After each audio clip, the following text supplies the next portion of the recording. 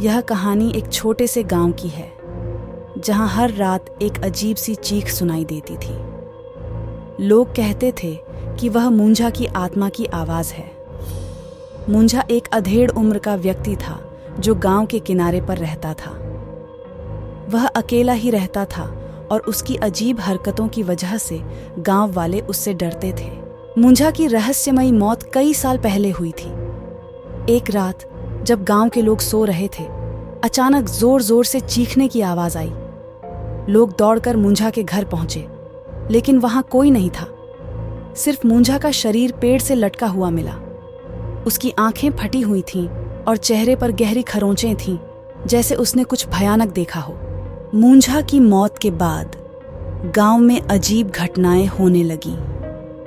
रात को लोग अक्सर चीख सुनते, जो मुंझा की मौत की रात की तरह ही भयानक होती थी।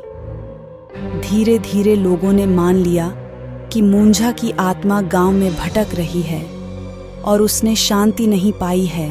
गांव में एक युवक था, राजू, जिसे इन सब कहानियों पर विश्वास नहीं था।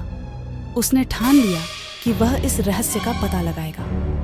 एक रात जब सब लोग सो रहे थे, राजू मुंझा के घर की तरफ बढ़ा। वह अपने साथ एक लालटेन और एक बांसुरी लेकर गया। कहा जाता था कि बांसुरी की धुन से आत्माएं शांत हो जाती हैं। राजू ने जैसे ही मुंझा के घर में कदम रखा, उसे ठंडी हवा का झोंका महसूस हुआ। उसने लालटेन जलाई और चारों तरफ देखा। अचानक उसे एक कोने में कुछ हरकत महसूस हुई। उसने बांसुरी बजानी शुरू की।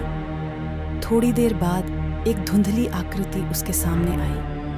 यह मुंझा की आत्मा थी। राजू ने डर को काबू में रखा और बांसुरी बजाना जारी रखा। धीरे धीरे मुंझा की आत्मा की चेहरा शांत होने लगा। उसने इशारा किया कि वह एक रहस्य बताना चाहती है। आत्मा ने संकेतों में बताया कि उसकी हत्या एक पड़ोसी ने की थी, जो उसकी जमीन हड़पना चाहता था। मुंझा की आत्मा ने यह भी बताया कि वह तभी शांति पाएगी जब उसकी हत्या का बदला लिया जाएगा।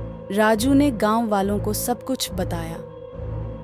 गांव वालों ने पुलिस को सूचित किया और मुंझा के पड़ोसी को गिरफ्तार कर लिया गया। उसके बाद मुंझा की आत्मा कभी दिखाई नहीं दी और गांव में शांति लौट आई। लोग राजू की बहादुरी की सराहना करने लगे और उसे एक हीरो मानने लगे। मुंझा की आत्मा ने अपनी मुक्ति पाई